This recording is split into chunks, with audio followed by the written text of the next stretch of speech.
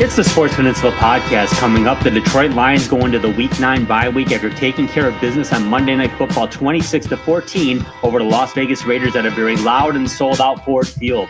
The Lions at times were dominant in this one, but there are issues that will need to be addressed going forward. We'll review the game and talk about the trade deadline and how the Lions will be potentially impacted. Now here is your Sports Peninsula team. Welcome, everybody, once again to the Sports Peninsula podcast. My name is Dave Drzezinski-Drew. It is November 1st, and we were just talking off air, our roundtable here, about the snowfall we got here in Michigan.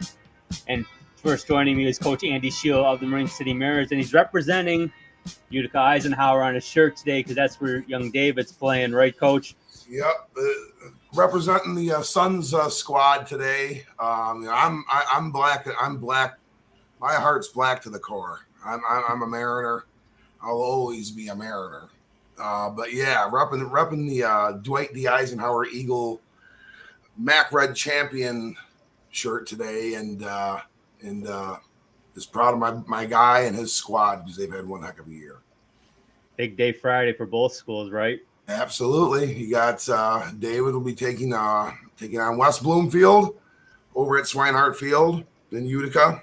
And the Mariners will take host to Lutheran High North out at East Trent Stadium. So, fun Friday. Awesome. Good luck to both squads, definitely, Coach. Uper Brad is back. He's joining us from the state of Wisconsin, but we know his heart is Honolulu blue and silver. Uper Brad, how you doing? Oh, it's good to be back. Glad we could make this happen this week, guys. Yeah, definitely. And this is a big one. Guys, coming into this week 8, the bye week coming up now, we hope the Lions would be 6-2, and they got there slightly on pretty much how we thought they would. The Seattle game and the Kansas City game were exceptions, but I think everything else kind of shook out the way we had basically thought. To stay we're 6-2, Coach, going into the bye week, first place in NFC North, man, second in the NFC. How do you feel about that? Yes, absolutely. You hit it on the head, David. I mean, I think we can, hey, do we want them to be 8-0 and just, leaps and bounds better than the Philadelphia Eagles? Of course. But we're working towards that. And you're 100% right. From the progression of how we finished the 2022 season, yes, this would be a very good spot to be in, and that's where we are. And I think good times are ahead here. We just want to make sure that that's real gold, not fool's gold, as we keep moving forward. And I think we will. Yeah, I agree with you, Coach. Uper Brad, apparently we should have gotten Randy Gregory, Montez Sweat, and Chase Young, because this team has no chance, according to some. But I think the majority of the intelligent fans out there realize this team's pretty damn good, and you don't get rid of draft capital, especially when you got a GM who's got all 26 of his picks on his roster still. How are you feeling? Yeah, I don't want to take second and third round and fourth round picks away from Brad Holmes. No doubt. Thank you for doing what you've done to date. You have earned the benefit of the doubt, Mr. Holmes.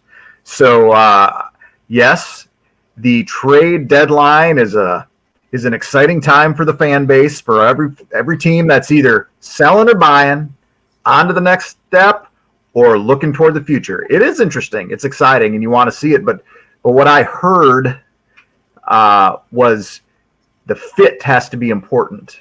And I don't think that's an excuse. I don't think that's an excuse for not making a move on Chase Young, right? Like, I think the fit needs to be important. And some of the stuff we've heard come out about his time in Washington might not be a fit.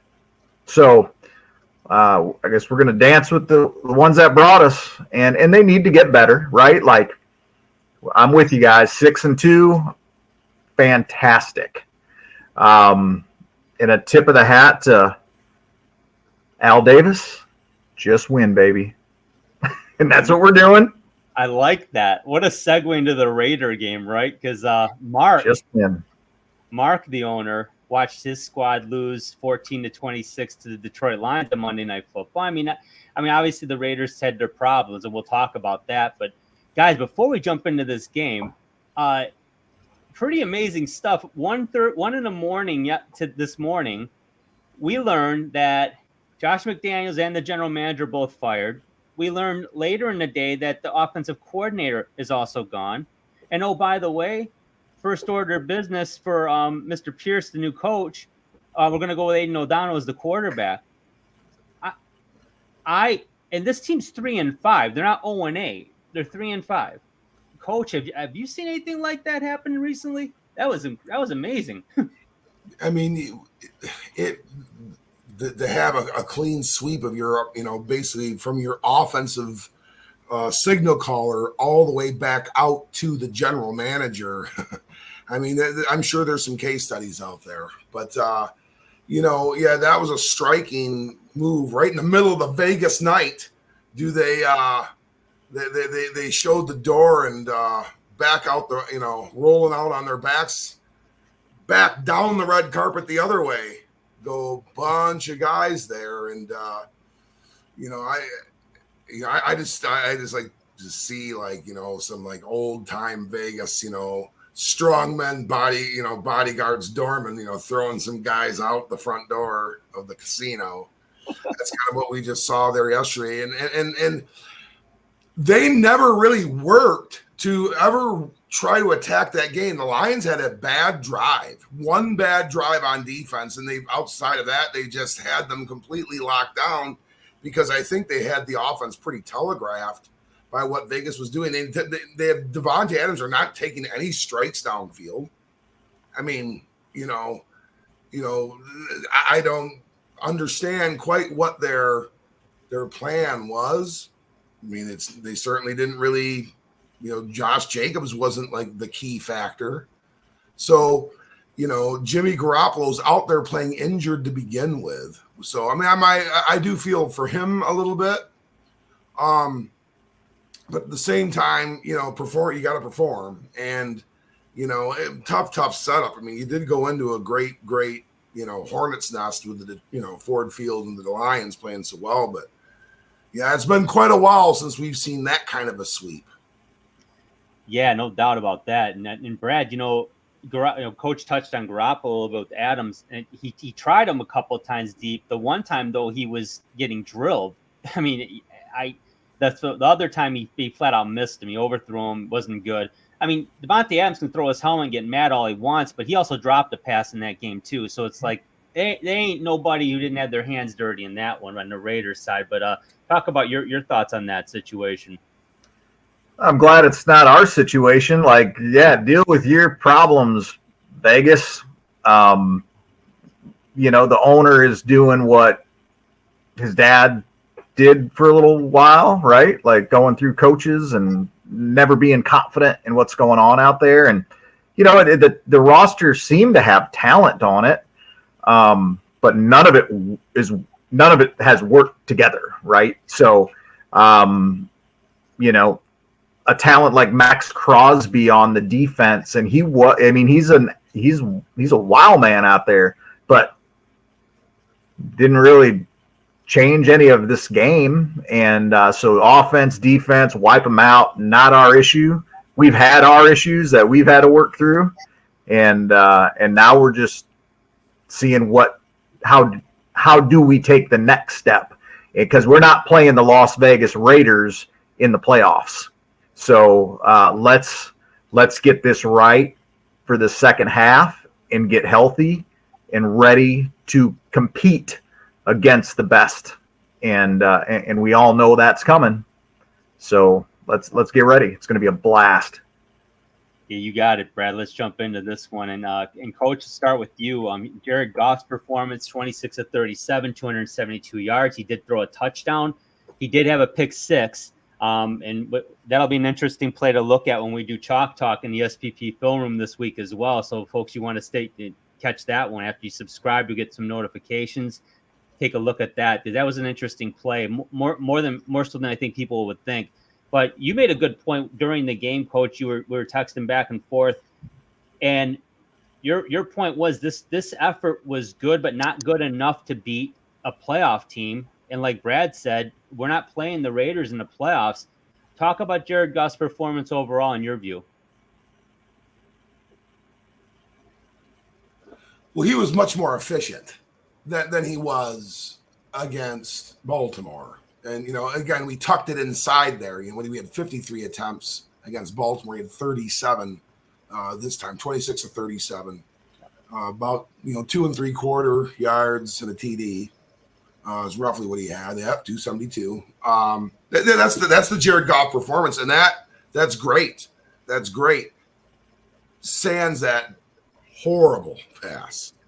You can't have that. I mean, that can't happen. That's, bomb touchdowns to Sterling Sharp from Brett Favre in the Silverdome. You can't have that, right? Yeah, we can't have that. You can't have bombs. You can't. That's the one play you have to stop on defense is the bomb. The one play you can't do on offense is a lazy throw or a confused throw or just a give it up pick six. Yep. And these are the things. Yes, I mean, I'm not gonna. I am behind this guy. I like him a lot, and want nothing but success. But we are going to have to see it because I that throw right there is the argument against a long-term extension. I mean, it is because we see these windows open and shut. Ours is opening; it's not opened all the way yet, and that's why. And we can have a separate episode if we needed to in regards to the trade deadline and the roster construct and all those kinds of things. Obviously, we're talking about Jared Goff right now. Good enough to beat the Las Vegas Raiders. Good enough to get us in the first place. Good enough to get us into the playoffs. Not good enough to get us deep into the playoffs. And that's what I would say. And that throw had a ton to do with that. That throw had a ton to do with it.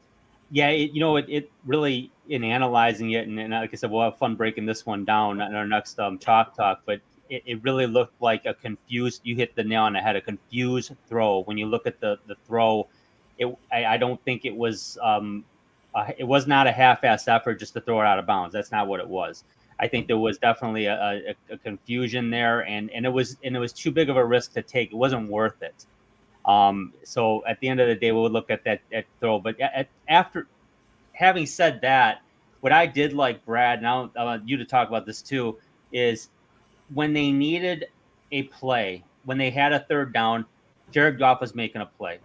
When not in the first half as much, but more in the second half, but they were very, and especially between the 20s, I mean, they were moving at will. They struggled in the red zone a little bit, though. Your thoughts on that? On that struggle in the red zone piece, boy, the play calling was just odd. It just felt like we were trying things that didn't need to be tried. These trick plays in the first half, the running on second and long, like it just felt that maybe that added to a bit of the confusion. We've seen Jared here in the last few weeks kind of bailing out of plays that are getting blown up and on to the next play, and there's some honor in that. But maybe just a little, it just comes across as laissez-faire, right? Like, and that's how you get a pick six, in a game that should have been a much larger margin, but that at least gave the Raiders, if they were a formidable opponent, that would have gave them a heartbeat and a chance to do something with it. But what I like about Jared Goff, and I think what I feel about that team, that this group of men, is they're not a proud group. They are they know when they screw up, and if we see it again, then I'm gonna have concern. But I think they learn from the mistakes, and sometimes it's quick with a turnover and then a long drive for a touchdown. And sometimes it's getting blown out at Baltimore and coming back and having an offense that is run heavy. And keep doing it. Keep doing it when you get into the red zone, man. Like, I don't want to see Amon-Ra St. Brown consider throwing a touchdown. Like, unnecessary. So I do think the things that are what I'd like to believe is going to happen is these mistakes are going to get cleaned up. And I trust the leadership is there. And the 6-2 Detroit Lions are led by Jared Goff, and I don't know if we're 6-2 if he's not our quarterback.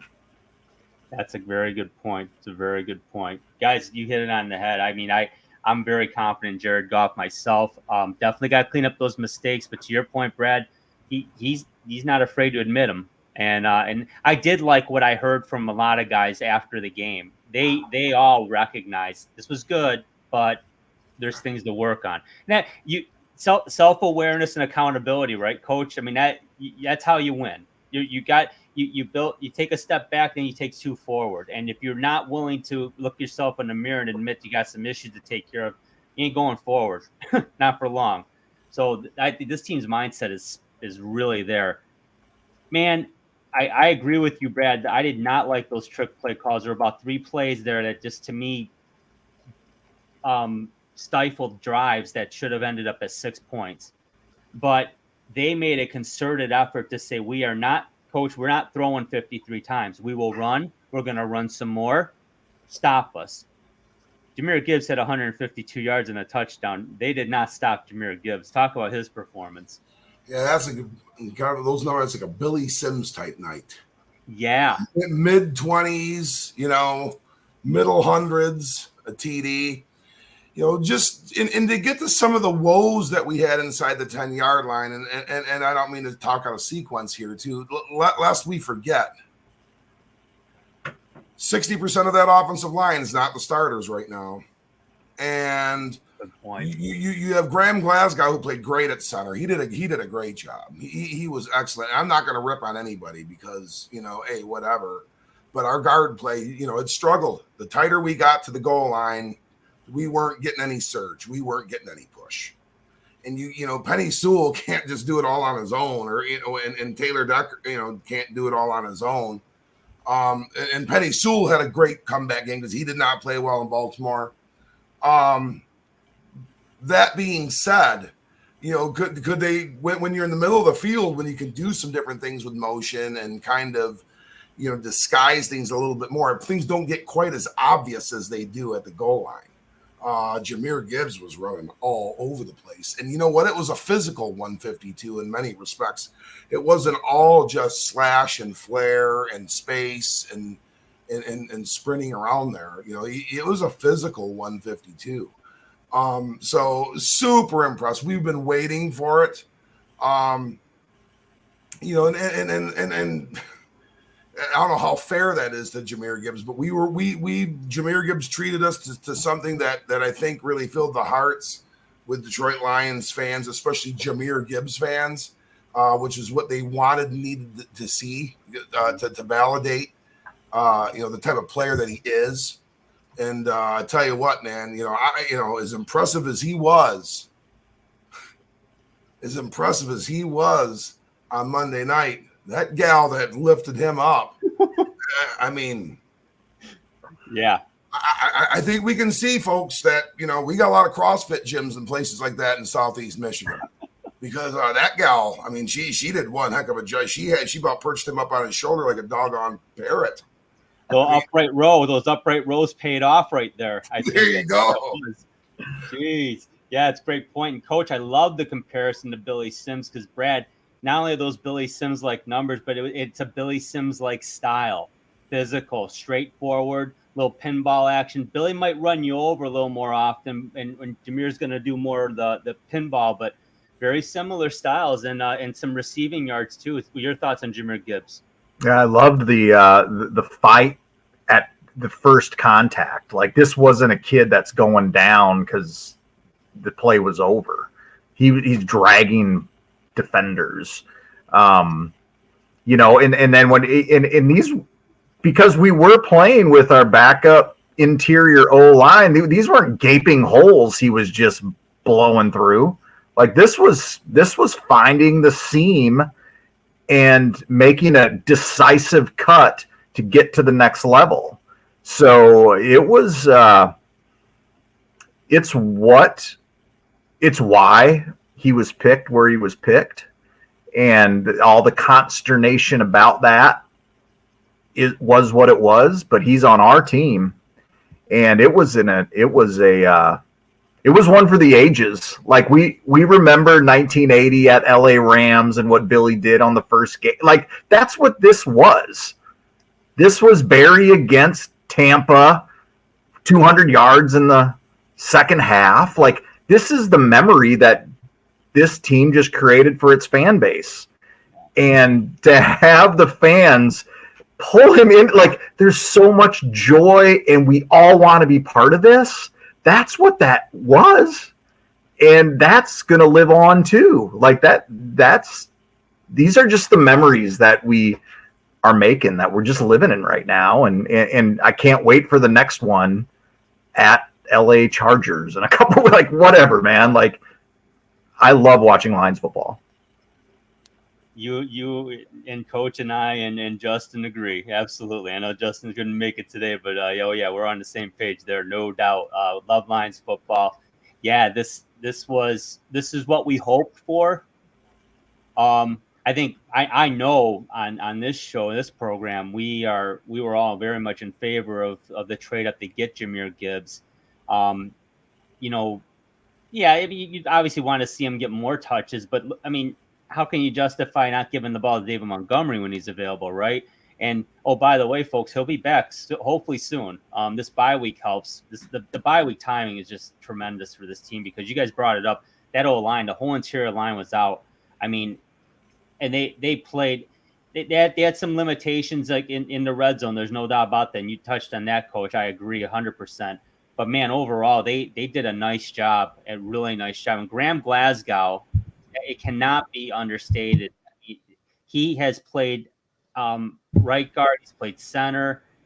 I mean, and since week 2, Graham Glasgow has started basically in for this team, and that's why we picked him up, right? I mean, that's a great signing, great guy. So we signed a starting offensive lineman knowing that our starting right guard just was not going to be able to play very much. And he also, like he said, he was great here his first time around. And we were very lucky with him. It just gets to be a little bit more obvious the closer you get to the goal line. You get to the 5-yard line. I mean, they're expecting you to run the ball, and between the 2 tackles.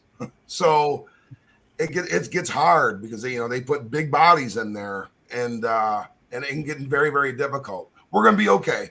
We got to get deeper and healthier, and then moving forward we have to get deeper in those areas. I think that's something to think about when we start doing some things after the season ends. Yeah, great point. We're going to give some love to Craig Reynolds. Craig Reynolds had a very nice game. And hey, when you've got 152 for Jahmyr Gibbs and 74 yards and 14 carries for Craig Reynolds, you imposed your will. That offensive line did their job. But Craig Reynolds looked really good. He also caught a pass for 12 yards.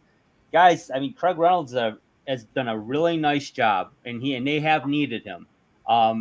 And they're going to need him for the next 2 or 3 weeks, possibly until Montgomery's healthy again. But Coach, your thoughts quick on Craig Reynolds? Yeah, we weren't in need of making some big splash move to get Dalvin Cook or Derrick Henry. We still, despite having our bell cow, so to speak, not able to play, and David Montgomery. For quite some time, we are good to go. We just got done talking about Jahmyr Gibbs and how great of an asset he is, and the type of he can be a bell cow. He was a bell cow certainly in that game. Craig Reynolds, 14 touches, 14 carries, 74 yards, 15 touches, 86 yards. We had a 2.25 yards rushing. In an NFL football game, that's an awful lot in this era. Mm-hmm. That's an awful lot in this era for a league that's not valuing the running back anymore. And these guys are just cast aside like, it's garbage night. We are doing things a little bit differently here. And that's the grit offense that is coming back. I mean, we can be hypercritical of not getting this, not getting that, and not quite being the Philadelphia Eagles yet, or the Niners, or whomever we want to categorize as somebody that's a little bit ahead of us right now. That right there is the Detroit Lions, mantra is 2.25 yards rushing, and Craig Reynolds was a huge part of it. Division II Craig Reynolds don't have to come from Alabama or Iowa State. You can come from Kutztown State University in the fine state in Pennsylvania. Yeah, great point, Coach. Great points. And Brad, I mean, this was the guy, if we remember on Hard Knocks last year, this was the guy, Coach Campbell's at the whiteboard, and he's holding that nameplate, and he's like, I mean, how could we not have this guy on his team? That's how much they value him as a teammate and a football player, let alone his abilities, but just as a teammate and a person. But talk about Craig Reynolds for a moment. Yeah, the development of this, the room is tremendous. I mean, what we're talking about, as Coach just said, we did this without our number one running back, supposedly, right? Like, so shout out to the folks who are putting this roster together that see the value in somebody like Craig Reynolds, and for Craig to hang in there, right? Like, just to not quit or give up, or there were other players brought in here to be the third running back, and guess what? They aren't. Craig is, and I love what Dan has said a couple times this season. If you are on the 53 man, you've got a purpose that day, and they all believe it. And we see guys like Craig Reynolds that get his number called and makes a difference. Dan Skipper, Mm-hmm. Swords do, like, and here's the thing: like this team did what they did with the interior line backups, and I loved that first drive. Run, right? Like, they were going to get those young kids comfortable with run blocking, not just get in there and push them back. And I just think that I think the up until the red zone, the way that was designed, that offense was designed, helped everything. And so when Craig's in there, he's in there to get yards. And I'm not, that turnover. No. That was garbage, right? Like, that was just a mishandled officiating situation. That play was stopped. He was whatever. So I'm glad he didn't put that on here on his little. No, I didn't for a reason, because I truly agree 100%. I think, unfortunately, the call on the field, they did it. What's upsetting in hindsight is that there was a camera angle that clearly showed his shoulder down before the ball came loose, and if they'd had that, the call gets overturned. So it's unfortunate, especially in this day and age with like 15 different camera angles. You'd think someone would have caught that, in the booth while they were reviewing it. But I digress. We move on. It's a play that didn't go the Lions' way. It actually didn't cost them the game. So that's good. Definitely not SOL anymore, right, guys? Well, right, because we would have in the past. And, and you're right. I didn't come out. I was not a happy camper when that had first happened. I'd come back to take a little bit more look at Lutheran High North at that time. I was a little frustrated with the stall out of that one. But in hindsight, you're right. He was down. And so it's all right, Craig. Oh, yeah. All God's looked out for us, and nothing came about it anyway.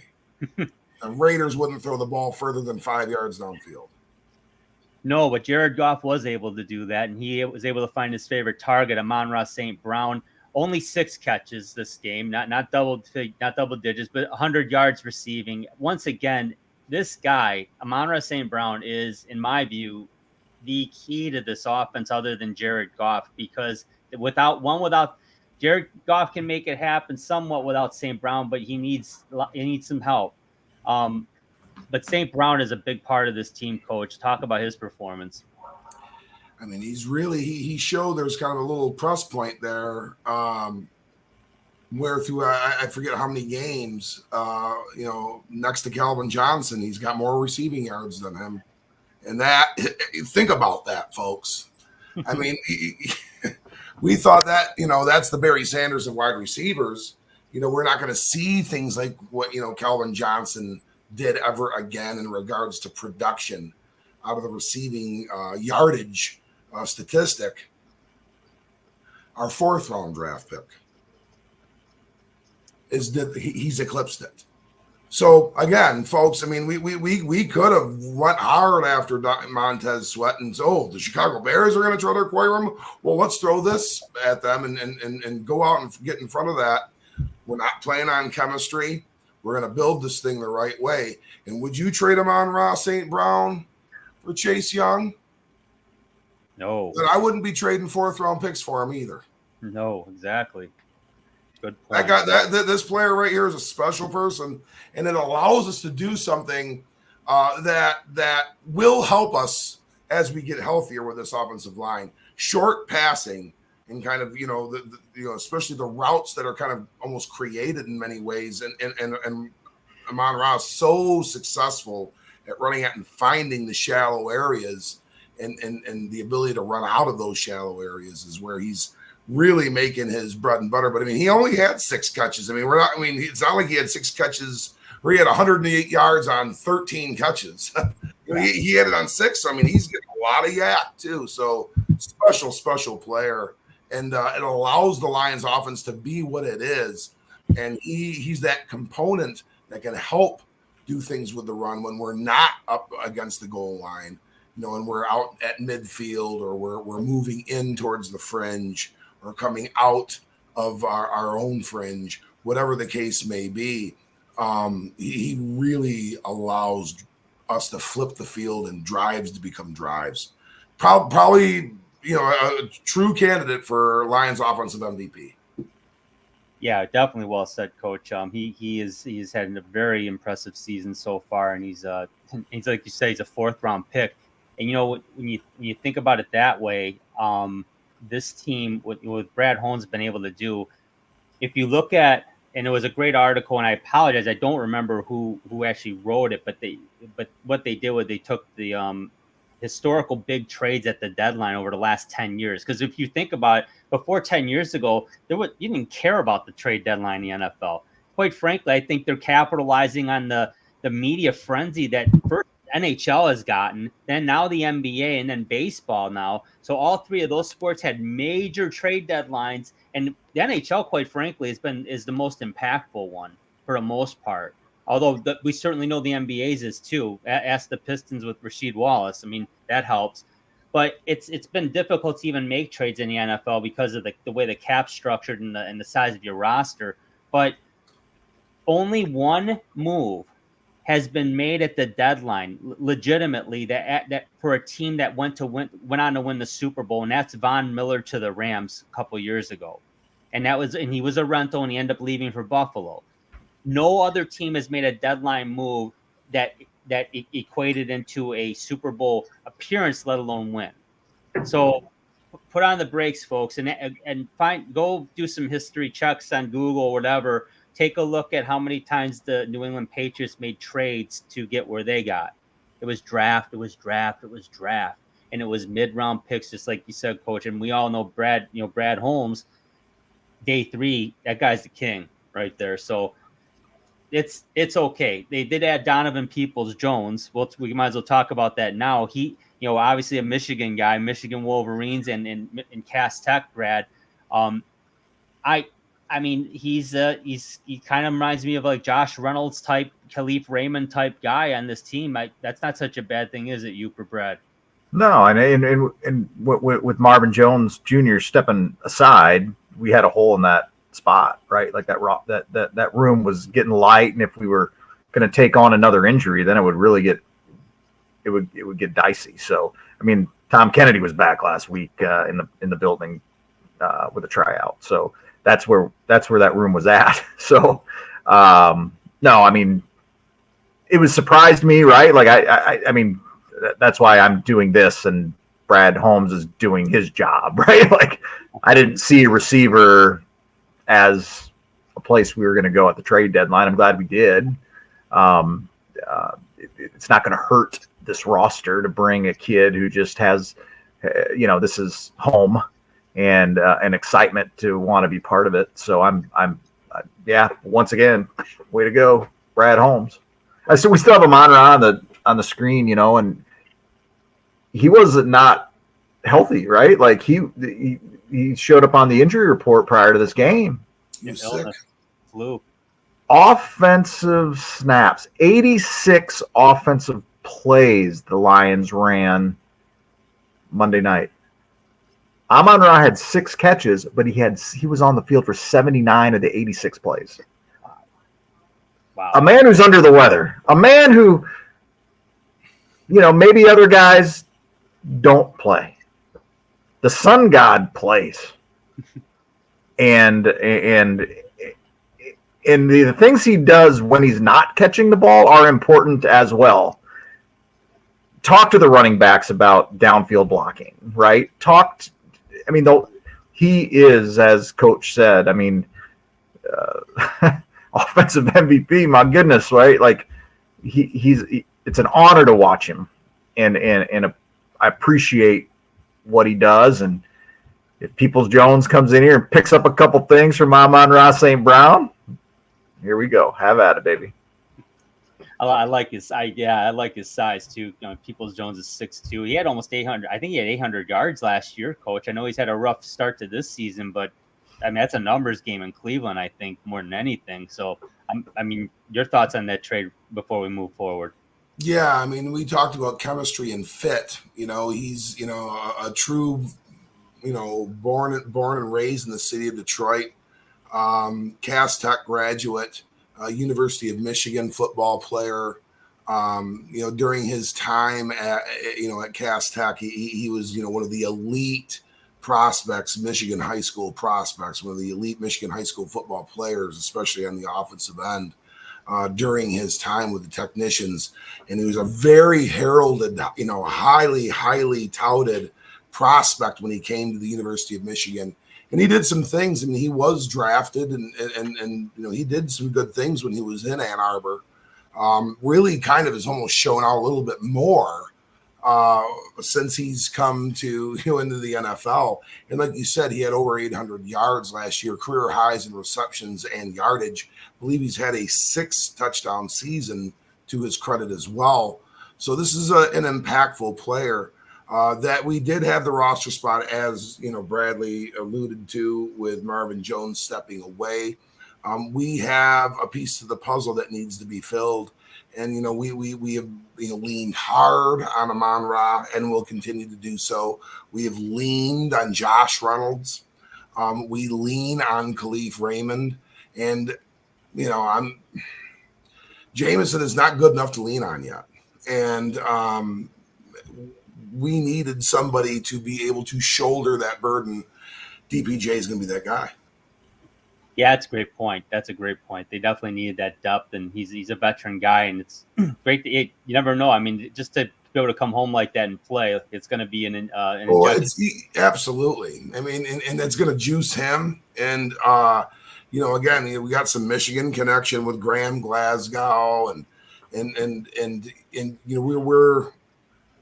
I don't think we have anybody else from Cass Tech on the roster, but that's that fruitful of a program that you can think about it that way. That's true. But honestly, he could walk from Ford Field to his high school, because that was always the coolest thing. When Cass Tech makes the state finals, they actually got dressed in their high school locker room and walked to Ford Field. That's cool. That's a good story. I like that. That's awesome. Hey, guys, let's talk about Sam Laporta. Normally, we wait till after we get through the receiving corps, but a very solid day. 8 receptions, 57 yards, and a touchdown. But, man, this guy's Coach. He's had a few drops this year, but nothing. when you need a first down, this guy finds the sticks. When you need a touchdown and the first and second option aren't there, Sam Laporta is there, and we'll see some of that in our film room. But talk about Sam Laporta. Yes, sir. I mean, and he had a drop in this game. He had a ball he certainly should have caught. He got his hand orientation kind of got confused there, and it was pretty low percentage. And sure enough, he did not. He wasn't able to pluck that one in. But and he had Mike Meyer across our old Notre Dame guy. If you want to go back to the Sports Peninsula podcast draft talk, and when we talked tight ends. That was a guy, that was mentioned as being the be all end all of tight ended prospects. We drafted Sam Laporta ahead of him, so he had that kind of thing going on too, and that was a non-factor. Obviously, Michael Meyer had one great catch downfield. He did, but it was one of the only throws downfield that they made all day. But Vegas, that is. Yeah. But he collected 8 receptions. Fantastic. That again is going to aid. It's kind of a yin and yang type thing kind of going on with Amon Ra.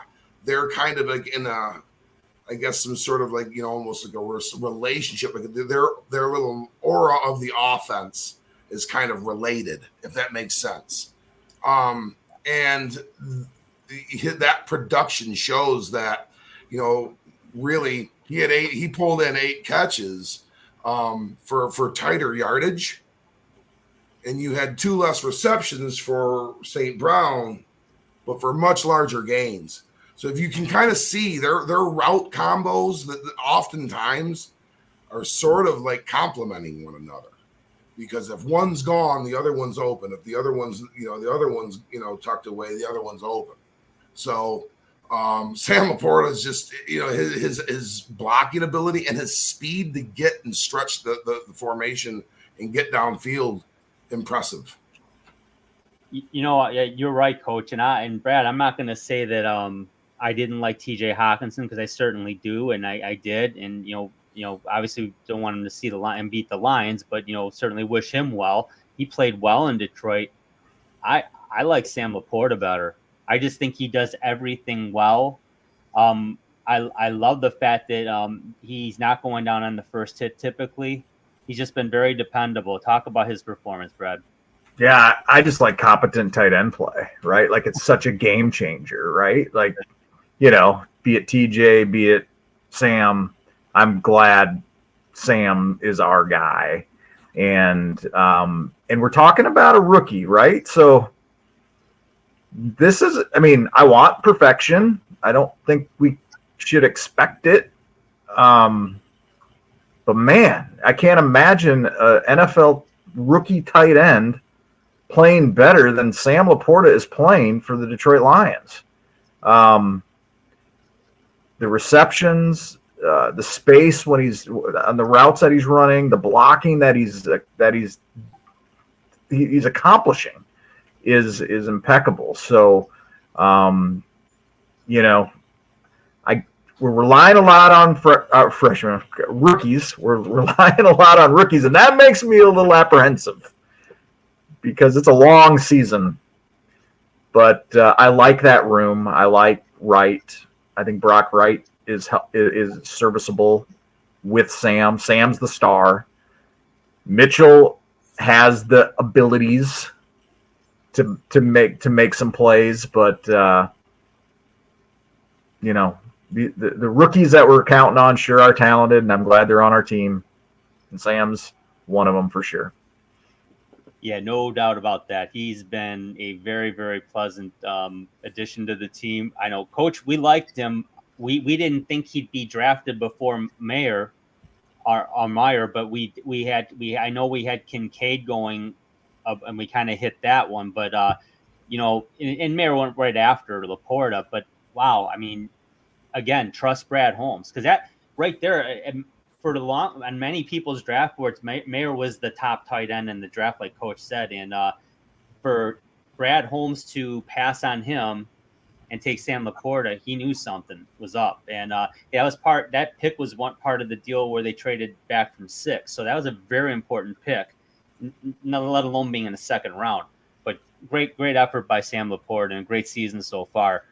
I'm going to just touch on a few of the guys here, and then we'll get some final offensive thoughts before we go to the defense. Jamison Williams, he did it. He had a couple catches, but one of them was a pretty big one for about 20-some yards, and he lost yards on his first catch, but he did get 6 targets. Again, got to start getting open and catching the ball more, but it was a little more encouragement. But again, like you said, Coach, they're not leaning on him, and he's not quite ready for that yet, but all is not lost. He's getting better, and hopefully after this bye week, a little time to digest what's happened so far this year, come out against the Chargers and tear them up.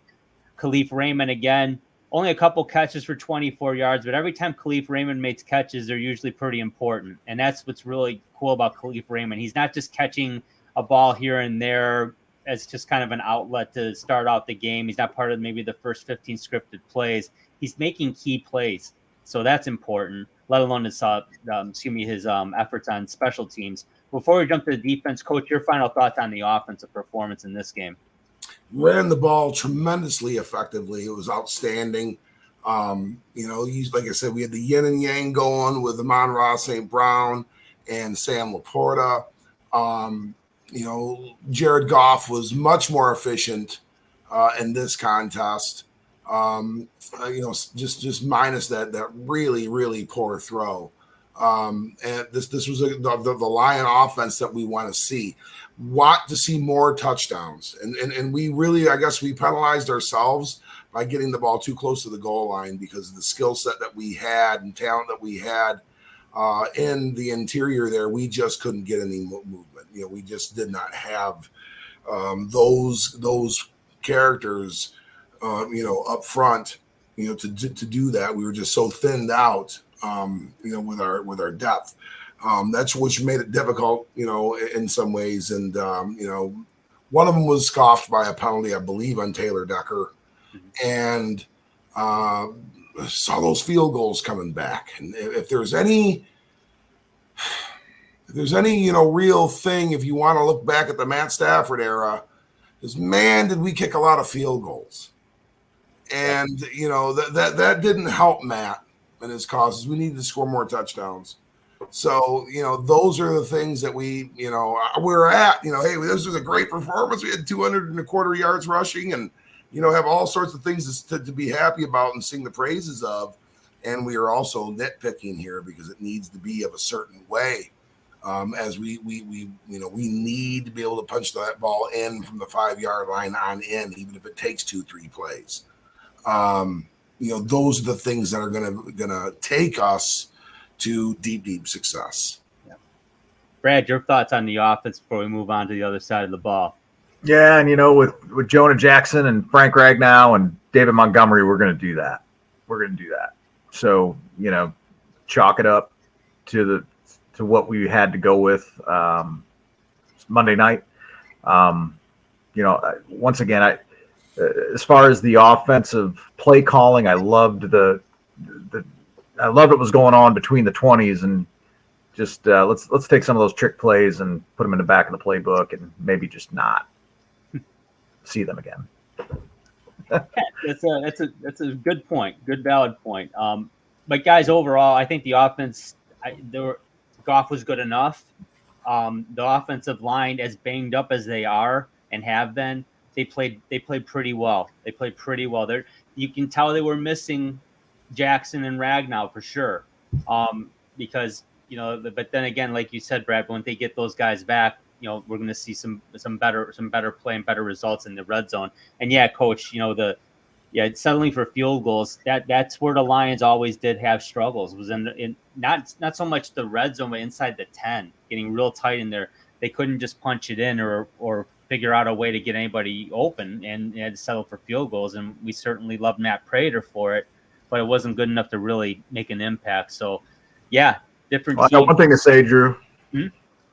We made 4 out of the 5. That's true. So we made those field goals. Important. And Way to go, Patterson, one of those was a 52-yarder, and actually someone got a mid on it because it knuckled, but it looked like it got actually tipped. But he had enough leg on it to get it through, so good for him. Okay, fellas, defense.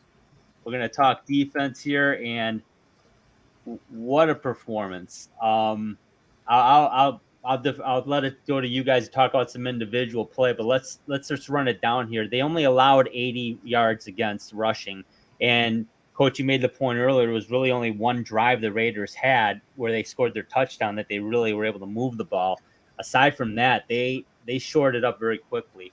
Jimmy G, they had him on the run. They had him running for his life, and there were times he couldn't even do anything. He was getting a freight train named Alex Anzalone. At times he had a couple of them. Only 126 yards in a year. Devontae Adams held the one catch. They only allowed 14. They get 6 sacks. They get the interception, which was really key because they came right after a turnover. Was that the Reynolds fumble, guys? Or no, it was the Josh Reynolds fumble. And that's where, not the Craig Reynolds, the Josh Reynolds one. And then Garoppolo immediately threw it right back to Kirby Joseph. Time of possession, Coach, I'm going to throw it to you on defense next, but the Lions nearly doubled up the Raiders on time of possession. Brad, you brought up 83 snaps total on offense. 70 is a good day. 83, wow. But Coach, your thoughts on defense, and talk about some key players that you felt stood out in this one. Well, the unit as a whole is spectacular. You had some great play by Alex Anzalone. He was outstanding. Brian Branch played really good once again. Tracy Walker was super active. Kirby Joseph had the big interception. I think what we asked from our defensive line was to just control the line of scrimmage. We're not real fancy with our pass rush, and when we want to bring pressure, we usually rush 6, people. We'll bring 6 people into the fray, and typically there's some action that springs free here. And I would say that maybe our natural pass rush, is still maybe a work in progress, even though we have Aiden Hutchinson, and he's made a lot of big plays this year. And Isaiah, Ike Buggs did not play, in this game, and we still yielded these kinds of results. We really, it comes down to one drive, and like we said earlier, per our conversation, the Las Vegas Raiders are not void of talent. They have a good football team, and Josh Jacobs is, a pretty impactful rusher in these last couple of years. And they could have leaned on him perhaps a little bit more. They might be talking, about not having had their entire core from the offense all the way out to their general manager thrown to the curb after this contest. That's how dominant the Detroit Lions were. It was the Lions put the exclamation point a lot of people's exodus over in Vegas, and that speaks for itself. It was rather shocking. Hey, Brad, I had we were all texting back and forth during the game. I was hoping that AG would get a game ball because I felt that he drew up a game plan, and like Coach said, the blitzes are typically six player blitzes, but wow, they were timely and very effective. But what did you see going on out there that impressed you? Yeah, I mean, and he did, right? And then he passed that game ball over to Cam Sutton and Jerry Jacobs. What a pro! And he said it best: this defense ran men out of the NFL. People got fired for what the Detroit Lions did to their team. And we're talking about an offensive coordinator forever at the New England Patriots. So, this is a second chance at a head coaching job, and he didn't succeed. But that's all that needs to be said. They gave up one touchdown. We had a game earlier this year. We gave up 2 field goals. I mean, this is Aaron Glenn, and it hasn't always been perfect. But these guys self-scout. They go back and they see the mistakes that are made and they clean it up. And it's different guys. Like, the Anzalones of the world. I mean, tremendous game. But they sat Isaiah Buggs down. Broderick Martin, another rookie. I think he got 11 snaps. So that's just another That's chips in, right? Like for the future. All right, get your taste, Broderick. Like you're going to be part of this. You're dressing, so you're going to play. And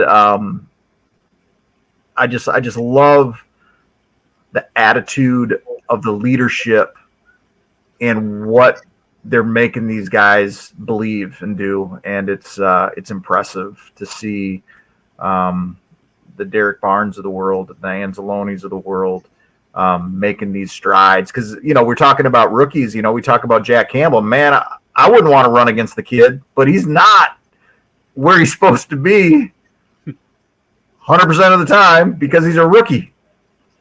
But we don't need these rookies to be what, to carry it, because this roster is built the way it is. And to see a guy like Jerry Jacobs, an undrafted free agent, just be a leader. Wow. This is just there's just a ton of joy. Just so much fun to watch his defense.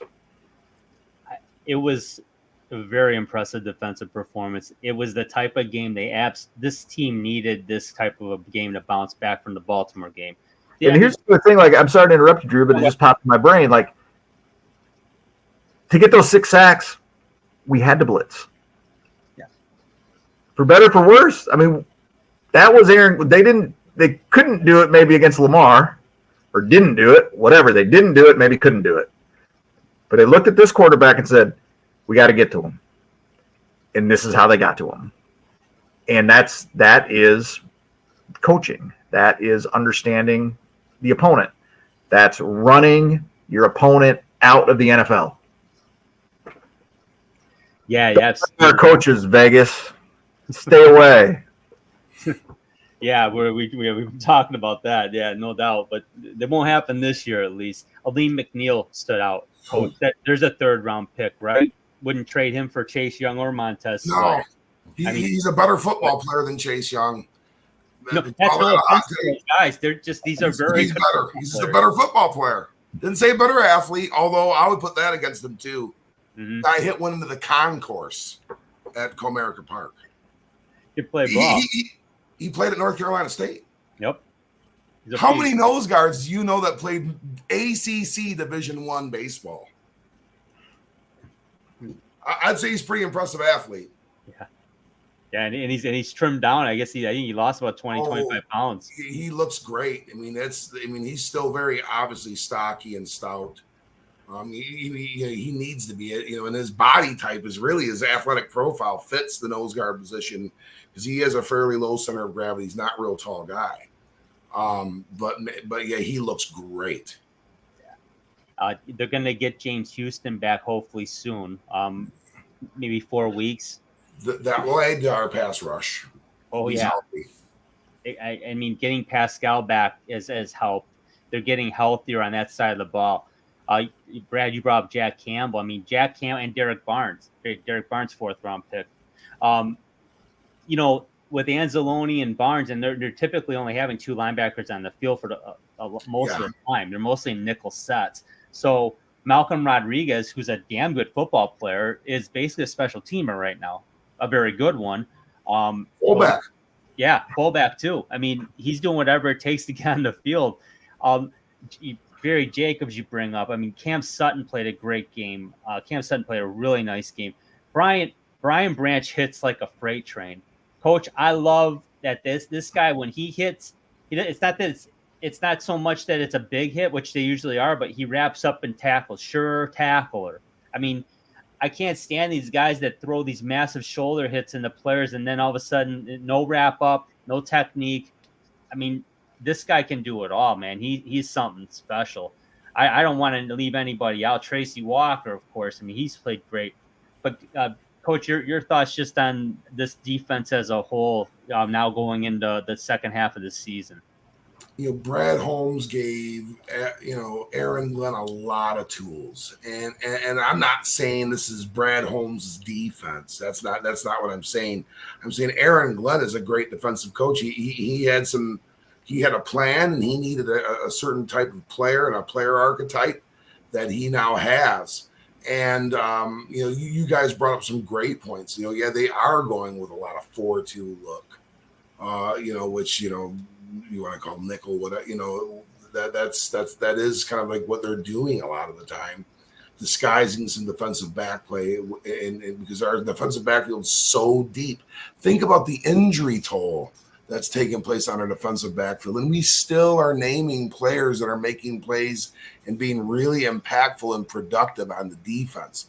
The linebacking core is new. I mean, Malcolm Rodriguez is a great Detroit Lion. He continues to be a great Detroit Lion.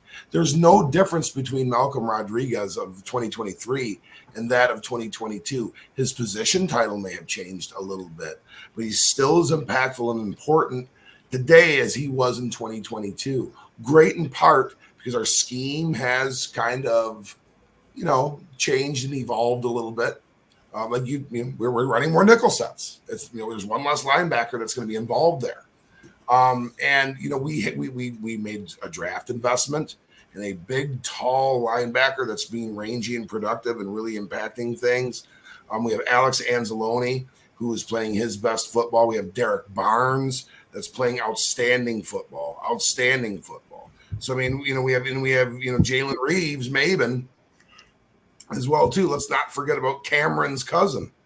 And, and then on top of that, we have Malcolm Rodriguez, who is a tackling machine in certain schemes, and a guy that's versatile enough to replace Jason Cabinda, who's down with injury. And if we need to lead through with somebody, we got Rodrigo over there, pounding her through, number 44, touchdown Tommy Vardell style. Yeah, there is a name. You haven't heard that in a while. Eh? Brad, I cannot believe, right? Like, you were listing these folks off, Andy, and I was like, I'm just salivating, right? Like, man, these late round picks, these guys are productive. This defense that is just running people out of the NFL. And we did not mention the second pick overall from the University of Michigan, Aiden Hutchinson. Like, the long-term extension goes to Brad Holmes first. And I mean, and so Aiden's the kid's just got a motor. I mean, and didn't really have a impact. I mean, not like he wasn't intercepting balls or sacking the quarterback multiple times, right? Like, he was a guy out there that was part of this defense that ran people out of the NFL. Yeah, I think you're right. I think his presence and John Kaminsky as well, they got a lot of attention out there, and that made it a lot easier for 34 and 21 to just run straight through that A gap there. Julian Okwara. I mean, just a great effort. Great first half of the season. Great game. Monday Night Football. I mean, it's so good as a Lions fan to see the Lions succeeding on a national stage, and it feels good. I mean, of course it does.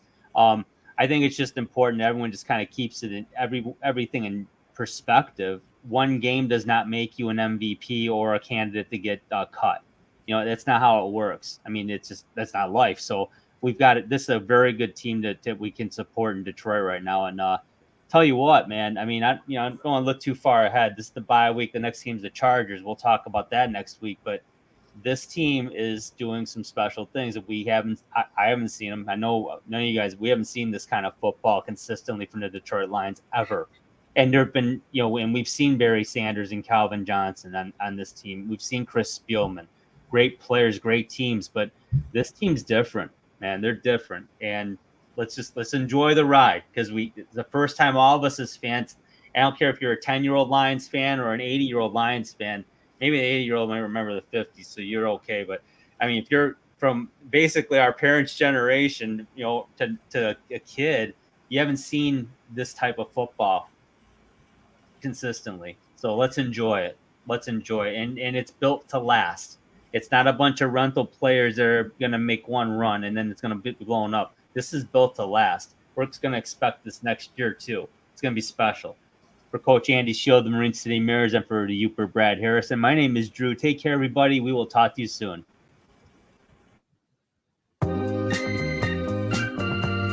This has been the Sports Peninsula Podcast. To subscribe to the podcast, simply click the subscribe button on our YouTube channel's homepage and give us a like. You can also follow our audio podcast on multiple platforms, including Apple Podcast, Amazon Music, and Google Podcasts, just to name a few. Give us a follow on Twitter. Our handle is @SportsPPodcast to check out our latest releases. Thank you again for watching and for your support. Remember, when you want to hear all about sports in the great state of Michigan, there is only one Sports Peninsula Podcast.